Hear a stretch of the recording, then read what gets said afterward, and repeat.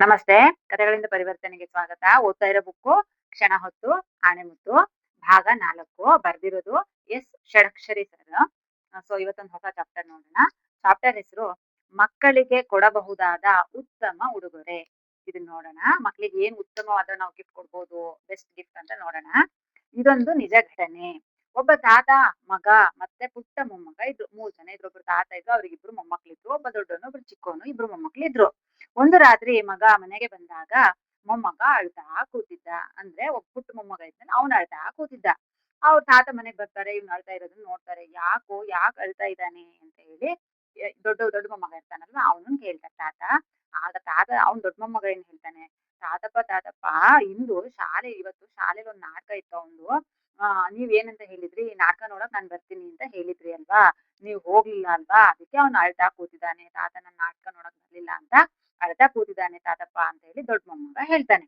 ಆಗ ಅವ್ರೇನ್ ಹೇಳ್ತಾರೆ, ಅಯ್ಯೋ ಹೌದಲ್ವಾ, ಸಾರಿ ಮೊಮ್ಮಗನೇ, ನನಗ್ ಕೆಲ್ಸದ ಒತ್ತಡದಲ್ಲಿ ಬರೋದಕ್ಕೆ ಆಗ್ಲಿಲ್ಲ, ಸಾರಿ, ಇನ್ನೊಮ್ಮೆ ಹೀಗ್ ಮಾಡಲ್ಲ, ಇನ್ನೊಂದ್ಸರಿ ನಿಮ್ ಸ್ಕೂಲಲ್ಲಿ ಏನೇ ಪ್ರೋಗ್ರಾಮ್ ಇದ್ರುನು ನಾನ್ ಬರ್ತೀನಿ ಆಯ್ತಾ ಅಂತ ಹೇಳಿ ತಾತ ಹೇಳ್ತಾರೆ. ಸಣ್ಣ ಮೊಮ್ಮಗನ ಹತ್ರ ಹೋಗಿ ಭರವಸೆ ಕೊಡ್ತಾರೆ, ಇನ್ನೊಂದ್ಸರಿ ನಾನ್ ಹೀಗ್ ಮಾಡಲ್ಲ ಅಂತ ಹೇಳಿ.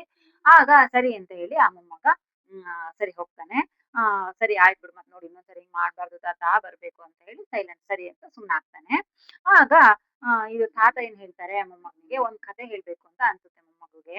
ಅಂದ್ರೆ ಅವ್ನಿಗೆ ಸ್ಟ್ರಾಂಗ್ ಮಾಡ್ಬೇಕಲ್ವಾ, ಅವ್ನ ಮನ್ಸಿಂದ ಸ್ಟ್ರಾಂಗ್ ಮಾಡ್ಬೇಕು ಅಂತ ಹೇಳಿ ಒಂದ್ ತಾತ ಆ ಮೊಮ್ಮಗುಗೆ ಒಂದ್ ಕತೆ ಹೇಳಕ್ ಶುರು ಮಾಡ್ತಾರೆ. ಎಲ್ಲೋ ಓದಿದ್ದ ಘಟನೆ ನಿನಗೆ ಹೇಳ್ಬೇಕು ಅನಿಸ್ತಾ ಇದೆ ಮೊಮ್ಮಗನೇ, ಹೇಳ್ತೀನಿ ಅಂತ ಹೇಳಿ ತಾತ ಹೇಳೋದಕ್ ಶುರು ಮಾಡ್ತಾರೆ.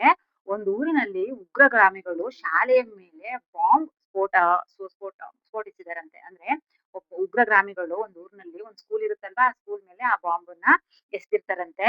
ಶಾಲಾ ಕಟ್ಟಡ ಕುಸಿದು ಕೇವಲ ಮಣ್ಣು, ಕಲ್ಲು, ಜಲ್ಲಿ ಮಾತ್ರ ಗುಡ್ಡೆಗಳಾಗಿ ಬಿದ್ದಿರುತ್ತೆ. ಬಾಂಬ್ ಹಾಕಿದ ತಕ್ಷಣ ಸ್ಕೂಲ್ ಎಲ್ಲ ಫುಲ್ ಬ್ಲಾಸ್ಟ್ ಆಗಿ ಗುಡ್ಡೆ ತರ ಬಿದ್ದಿರುತ್ತೆ. ಅದರ ಸುತ್ತ ಸೇರಿದ ಪೋಷಕರು ಗುಳೋ ಅಂತ ಅಳ್ತಾ ಇದ್ದಾರೆ. ಅಂದ್ರೆ ಕ್ಲಾಸ್ ಒಳಗ ಮಕ್ಳು ಇರ್ತಾರಲ್ವಾ, ಮಕ್ಳು ಇದ್ದಾಗ್ಲೇ ಅವ್ರು ಬಾಂಬ್ ಹಾಕಿರೋದ್ರಿಂದ ಆ ಸ್ಕೂಲ್ ಏನಿದೆ ಇದು ಹಂಚು, ಆ ಗೋಡೆಗಳೆಲ್ಲ ಮಕ್ಳು ಮೈ ಮೇಲೆ ಬಿದ್ದು ಗುಡ್ಡೆಗಳಾಗ್ಬಿಟ್ಟಿದಾವೆ. ಅಲ್ಲಿ ಜನ ಎಲ್ಲ ಸುತ್ತ ಪೇರೆಂಟ್ಸ್ ಎಲ್ಲ ಸುತ್ತ ನಿಂತ್ಕೊಂಡು ಅಳ್ತಾ ಇದ್ದಾರೆ, ಕೂಗ್ತಾ ಇದ್ದಾರೆ, ನನ್ ಮಕ್ಳು ಅಂತ ಹೇಳಿ ಕೂಗಾಡ್ತಾ ಇದ್ದಾರೆ. ಅಷ್ಟರಲ್ಲಿ ಅಲ್ಲಿಗೆ ಒಬ್ಬ ತಂದೆ ಧಾವಿಸಿದ. ಅಂದ್ರೆ ಆ ಮಗು ಅಷ್ಟು ಮಕ್ಳಲ್ಲಿ ಒಬ್ಬ ಅಪ್ಪ ಬರ್ತಾರೆ ಅಲ್ಲಿಗೆ. ಬಂದು ಆ ಗುಡ್ಡವನ್ನು ನೋಡಿ ಅವನ ಎದೆ ಧಸ್ ಎಂದಿತು. ಅಯ್ಯೋ ನನ್ ಮಗ ಅಂತ ಹೇಳಿ ಆ ತಂದೆಯ ಎದೆ ಧಸ್ ಅಂತು. ಆತ ತನ್ನ ಮಗನಿಗೆ ಸಂಜೆ ನಾನೇ ಬಂದು ನಿನ್ನ ಕರ್ಕೊಂಡು ಹೋಗ್ತೀನಿ ಅಂತ ಹೇಳಿರ್ತಾರೆ. ಬೆಳಗ್ಗೆ ಸ್ಕೂಲಿಗೆ ಬಿಡಕ್ ಬಂದಾಗ ಏನ್ ಹೇಳಿರ್ತಾರೆ, ಮಗನೇ ನಾನೇ ಬಂದು ನಿನ್ನ ಕರ್ಕೊಂಡು ಹೋಗ್ತೀನಿ ಸಂಜೆ ಆಯ್ತಾ ಅಂತ ಹೇಳಿ ಅವ್ರಪ್ಪ ಮಗನ ಹತ್ರ ಹೇಳೋಗಿರ್ತಾರೆ.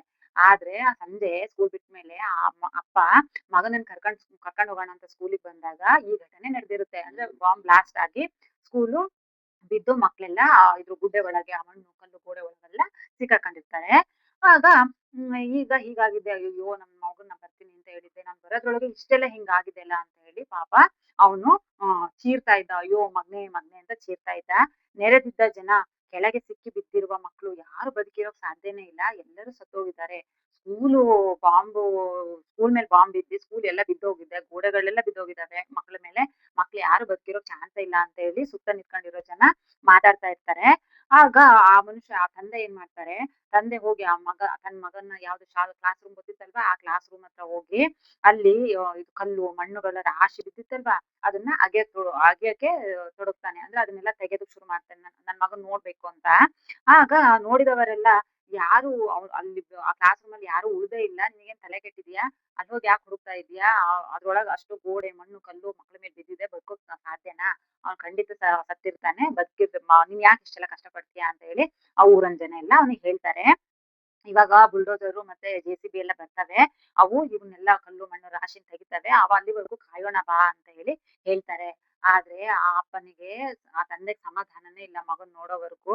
ಆಗ ಅವನೇನ್ ಮಾಡ್ತಾನೆ, ಒಬ್ಬನೇ ಆ ಮಣ್ಣು ಕಲ್ಲು ರಾಶಿನ ತೆಗೆಯೋದಕ್ಕೆ ಶುರು ಮಾಡ್ತಾನೆ. ಆಗ 2-3 ಗಂಟೆ ಆದ್ರೂನು 2-3 ಗಂಟೆಗಳ ಕಾಲ ಅವನು ಒಬ್ಬನೇ ಆ ಕೆಲ್ಸನ ಮಾಡ್ತಾನೆ.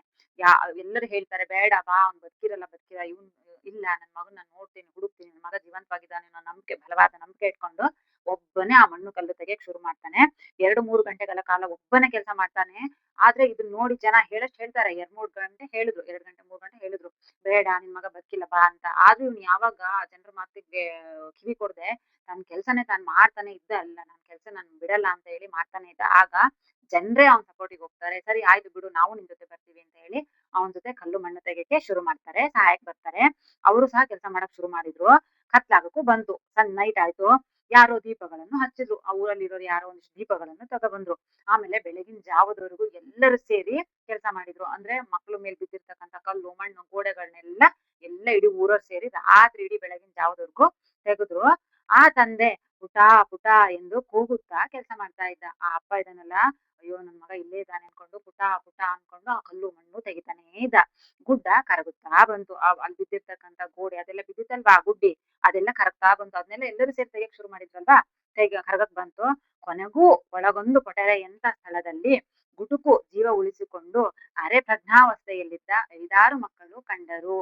ಕೊನೆಗೂ ಅಲ್ಲೊಂದು 5 ಮಕ್ಕಳು ಅರೆ ಜೀವಾವಸ್ಥೆಯಲ್ಲಿ ಮೈ ತುಂಬಾ ಗಾಯ ಆಗಿದೆ. ಆದ್ರೂ ಅವರು ಸತ್ತಿಲ್ಲ, ಬದುಕಿದ್ದಾರೆ. ಆಗ ಅರೆ ಜೀವಾವಸ್ಥೆಯಲ್ಲಿ ಉಸುರನ್ ಬಿಗಿ ಹಿಡ್ಕೊಂಡು ಮಕ್ಳು ಕಾಯ್ತಾ ಇದ್ರು. ಬರ್ತಾರೆ ನಮ್ಮ ಅಪ್ಪಂದ್ರು, ನಮ್ಮ ಅಮ್ಮಾರು ಕರೀತಾರೆ, ನಮ್ಮನ್ನ ಕರ್ಕೊಂಡು ಹೋಗ್ತಾರೆ ಅಂತ ಪಾಪ ಕಾಯ್ತಾ ಇದ್ವವು. ಅಷ್ಟರಲ್ಲಿ ಅವರೆಲ್ಲ ಇಷ್ಟೆಲ್ಲ ಶ್ರಮ ವಹಿಸಿದ ಆ ತಂದೆಗೆ ಮಗ ಪುಟ್ಟನು ಅಲ್ಲಿದ್ದ. ಆ 5-6 ಮಕ್ಳು ಅರ್ಧ ಗಾಯ ಎಲ್ಲ ಆಗಿದ್ರಲ್ಲ, 6 ಮಕ್ಳು, ಅದ್ರಲ್ಲಿ ಈ ತಂದೆಯ ಮಗ ಪುಟ್ಟನು ಸಹ ಒಬ್ಬ ಆಗಿದ್ದ.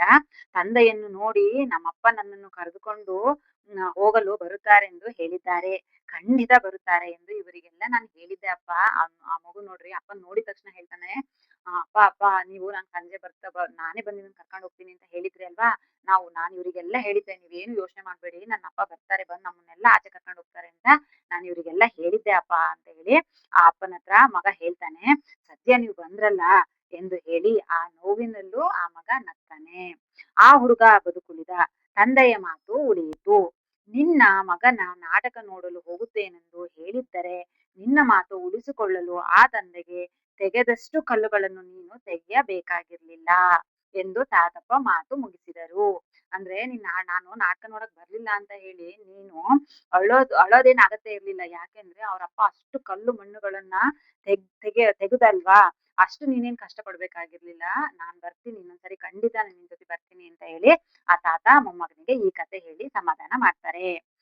ಮಕ್ಕಳಿಗೆ ಹೇಳಿದಂತೆ ನಡೆಯುವುದು ಮತ್ತು ಅವರೊಂದಿಗೆ ಸಮಯ ಕಳೆಯುವುದು ಮತ್ತೆ ಅವರಿಗೆ ನಾವು ಕೊಡಬಹುದಾದ ಉತ್ತಮ ಉದಾಹರಣೆ ಮತ್ತು ಉತ್ತಮವಾದ ಉಡುಗೊರೆ ಅಲ್ಲವೇ ಅಂತ ಹೇಳಿ ಹೇಳ್ತಾ ಇದ್ದಾರೆ. ಸೊ ಇದು ಎಷ್ಟು ನಿಜ ನೋಡಿ. ಮಕ್ಳಿಗೆ ನಾವೇನೋ ಒಂದ್ ಹೇಳಿರ್ತೀವಿ, ಅದ್ರಂತೆ ನಾವ್ ನಡ್ಕೋಬೇಕು. ಮತ್ತೆ ಅವ್ರೊಂದಿಗೆ ನಾವು ಟೈಮ್ ಸ್ಪೆಂಡ್ ಮಾಡ್ಬೇಕು. ಅಯ್ಯೋ ನಂಗೆ ಕೆಲಸ ಇದೆ, ನಾನು ಬಿಸಿ ಇದ್ದೀನಿ, ನನಗೆ ನಿನ್ ಜೊತೆ ಆಟ ಆಡಕ್ ಟೈಮೇ ಇಲ್ಲ, ನಿನ್ ಜೊತೆ ಮಾತಾಡಕ್ ಟೈಮ್ ಇಲ್ಲ ಅಂತ ಕೆಲವು ಪೇರೆಂಟ್ಸ್ ನೋಡಿ, ಅಪ್ಪ ಅಮ್ಮ ಇಬ್ರು ದುಡಿತಿರ್ತಾರೆ, ಮಕ್ಳಿಗೆ ಟೈಮೇ ಕೊಡಕ್ ಆಗ್ತಿರಲ್ಲ ಅವರಿಗೆ. ಹೋಗ್ತಾರೆ ಬರ್ತಾರೆ, ಮಕ್ಳು ಅಷ್ಟೊಳಗೆ ಮನೇಲಿ ಯಾರೋ ನೋಡ್ಕೊಳಕ್ ಬಿಟ್ಟಿರ್ತಾರೆ.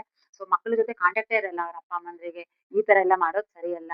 ನಾವು ಮತ್ತೆ ಮಕ್ಳಿಗೆ ಏನಾದ್ರು ಒಂದ್ ಹೇಳ್ಬೇಕು ಅಂದ್ರೆ ಉತ್ತಮ ಎಕ್ಸಾಂಪಲ್ ಕೊಟ್ಟು, ಒಳ್ಳೆ ಒಂದ್ ಎಕ್ಸಾಂಪಲ್ ಕೊಟ್ಟು, ಈ ತರದ್ ನೋಡಿ ತಾತ ಮೊಮ್ಮಗ ಒಂದ್ ಸ್ಟೋರಿ ಹೇಳಿ ಆ ಮೊಮ್ಮಗ್ ಸಮಾಧಾನ ಮಾಡಿದ್ರಲ್ವಾ, ಹಾಗೆ ನಾವು ನಮ್ಮ ಮಕ್ಳಿಗೆ ಪ್ರತಿ ಸಂದರ್ಭದಲ್ಲೂ ಯಾವ್ದಾದ್ರು ಒಂದ್ ಒಳ್ಳೆ ಸ್ಟೋರಿನ ಎಕ್ಸಾಂಪಲ್ ಕೊಟ್ಟು ಅವರಿಗೆ ಅರ್ಥ ಮಾಡ್ಸಕ್ ಟ್ರೈ ಮಾಡ್ಬೇಕು. ಅದೇ ಅವ್ರಿಗೆ ಕೊಡೋ ನಾವು ಉತ್ತಮ ಉಡುಗೊರೆ ಅಂತ ಹೇಳಿ ಹೇಳ್ತಾ ಇದ್ದಾರೆ. ಸೊ ಈ ಚಾಪ್ಟರ್ ತುಂಬಾ ಚೆನ್ನಾಗಿತ್ತು, ನಿಮಗೆ ಇಷ್ಟ ಆಗಿದೆ ಅನ್ಕೊಂತೀನಿ. ಸೊ ದಯವಿಟ್ಟು ಸಪೋರ್ಟ್ ಮಾಡಿ. ನಿಮಗೆ ಏನ್ ಅನಿಸ್ತು ಅಂತ ಕಮೆಂಟ್ ಮಾಡಿ. ಹೊಸಬ್ರು ಯಾರೆಲ್ಲ ನೋಡ್ತಾ ಇದ್ದೀರಾ ದಯವಿಟ್ಟು ಸಬ್ಸ್ಕ್ರೈಬ್ ಮಾಡ್ಕೊಂಡು ಸಪೋರ್ಟ್ ಮಾಡಿ. Thank you.